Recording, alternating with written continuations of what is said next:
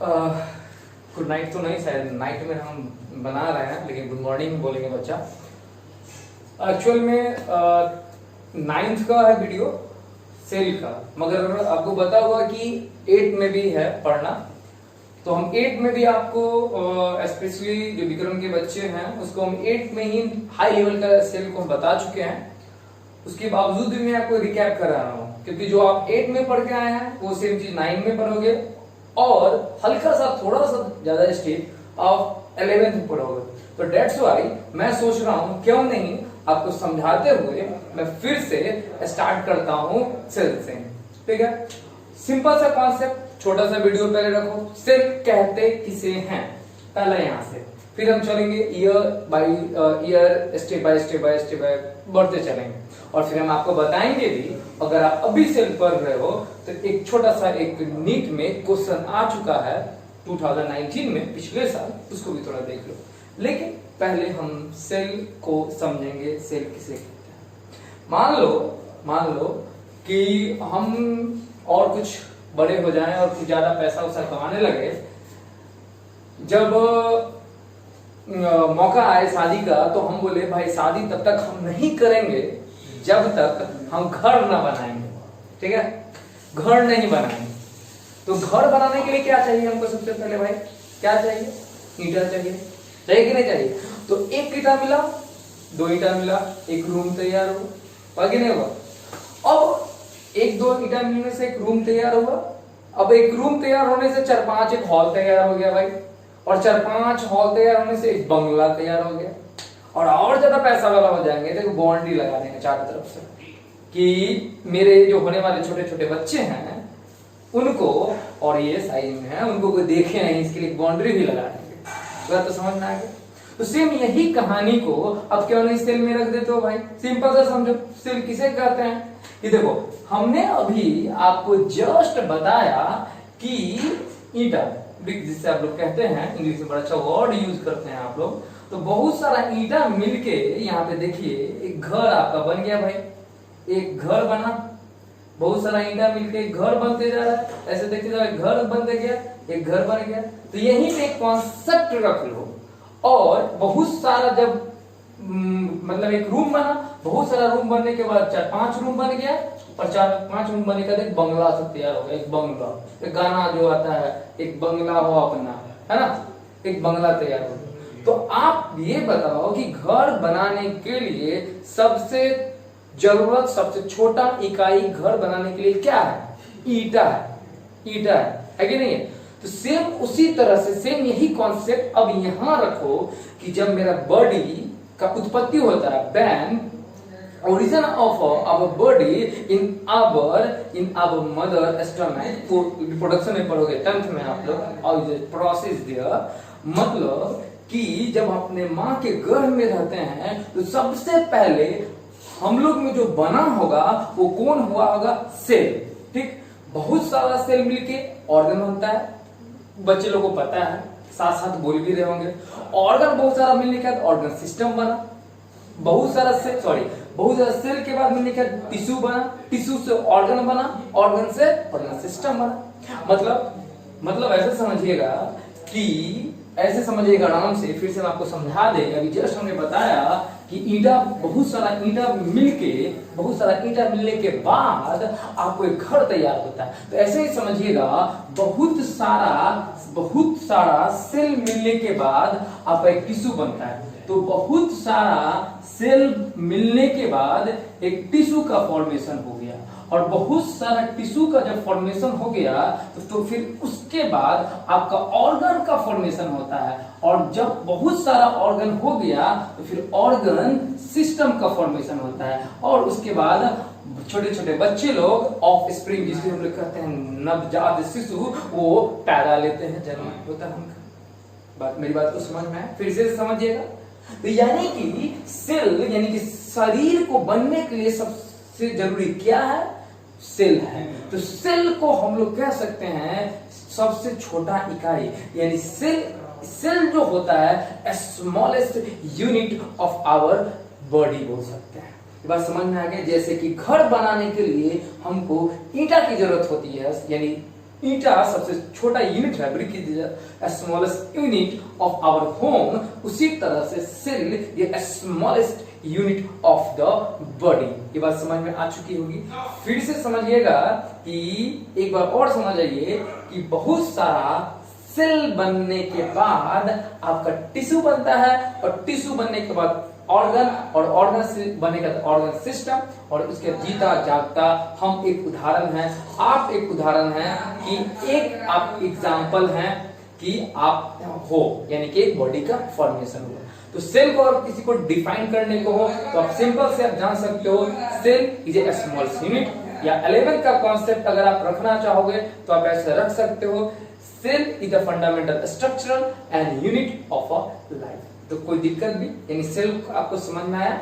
फिर से एक बार सेल को समझाते हैं, फिर से समझो भाई, वैसे मत समझिए, लॉकडाउन का मामला है और ज्यादा प्रेशर करोगे तो फिर समझ में नहीं आने वाला है। बस सेल को इतना समझो, शरीर का सबसे छोटा इकाई, कुछ भी नहीं समझना है, बस इतना समझ में आ जाओ भाई कि बॉडी का सबसे छोटा जो यूनिट होता है उसको हम लोग सेल कहते हैं। और बहुत सारा सेल मिला, टिश्यू बन गया, बात समझ में, बहुत सारा टिश्यू बना, ऑर्गन बना, जैसे नाक आंख मेरा ऑर्गन है, और बहुत ज्यादा ऑर्गन बना, तो उसके बाद क्या बनेगा, ऑर्गन के बाद क्या होगा, ऑर्गन सिस्टम होगा। कोई दिक्कत? तो सेल को तो आज आपने एक समझ गया। फिर से बात सुन लो, जो बच्चे लेवल में पढ़ते हो cell is a small unit, लेकिन जब एलिमेंट में आओगे तो वहां पर होगे cell is the fundamental structural and unit of our life.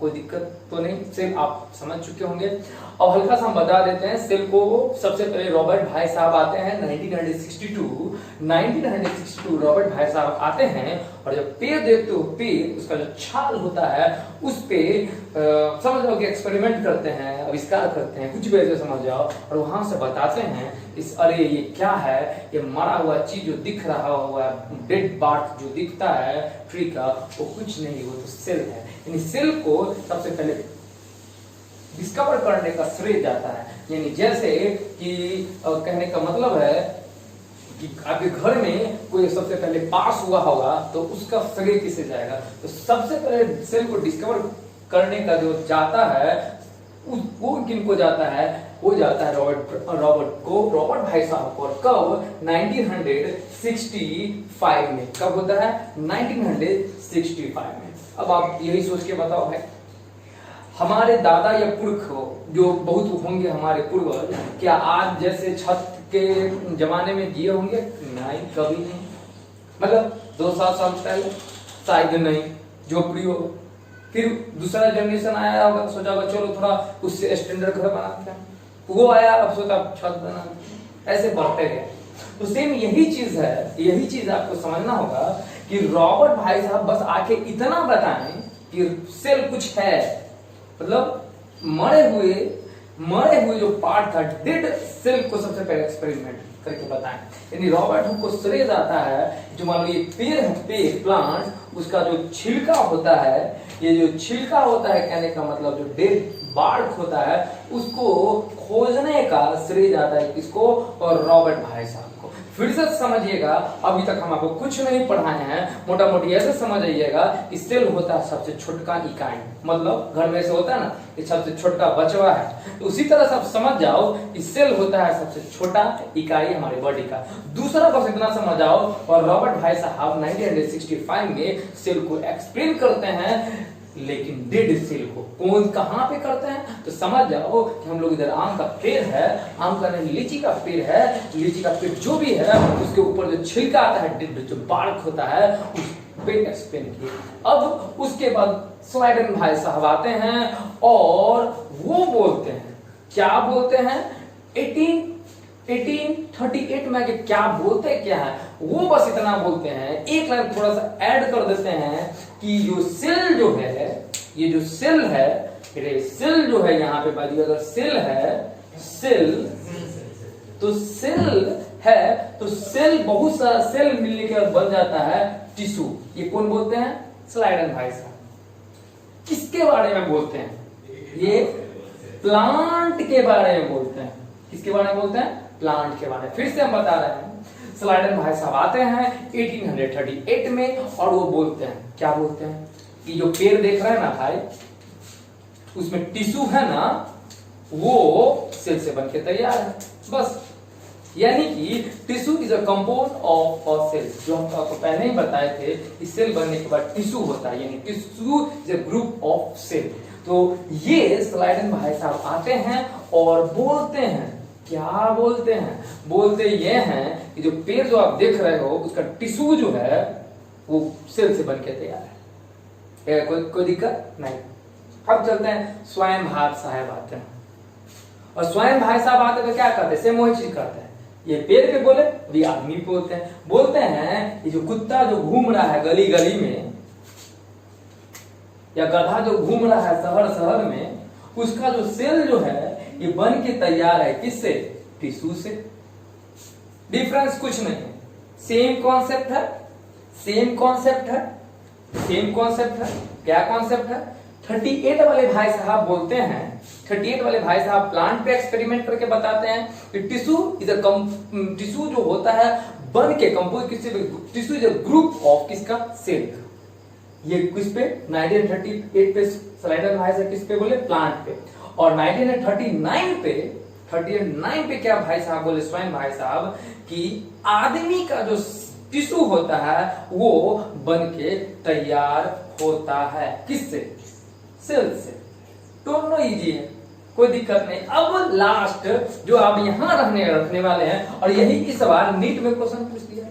सोचे कि जूनियर लेवल का बच्चा को उठा दिया, 11 में डाल दिया और मेडिकल का क्वेश्चन पूछ लिया, जो सही मारा होगा वो अभी कोरोना वायरस का इलाज कर रहा होगा। सोचो भाई, कर रहा होगा कि नहीं कर रहा होगा? क्या होगा सब बता सकता।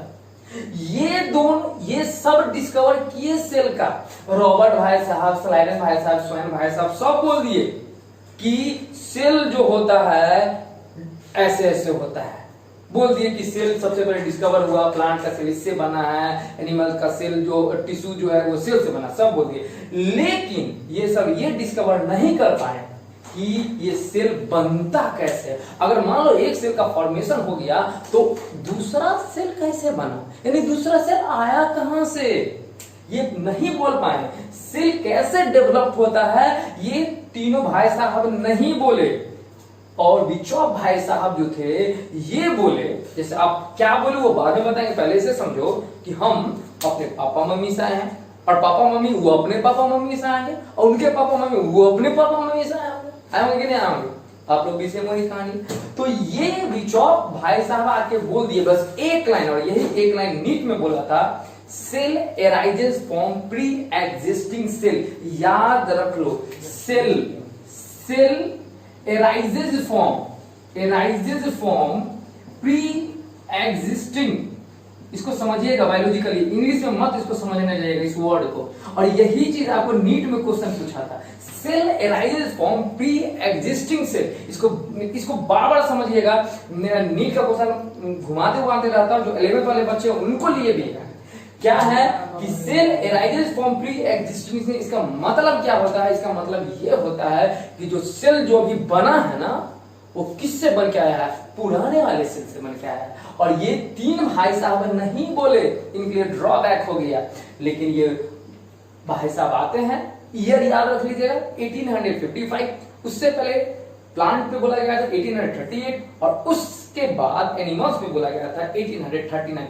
मेरे को लग रहा है ये 3 क्वेश्चन आपके इंपॉर्टेंट नहीं है, 10th तक इंपॉर्टेंट है, 12th में यहां से क्वेश्चन हिट करेगा। रेडी रहिएगा। आज के लिए बस इंट्रो ही इतना काफी रहेगा, धीरे धीरे चलेंगे सेल पे, राइबोसोम पे। मेरे साथ बने रहिए, देखते रहिए रेड फाइट में मेरा क्लास। बाय बाय, चलते हैं।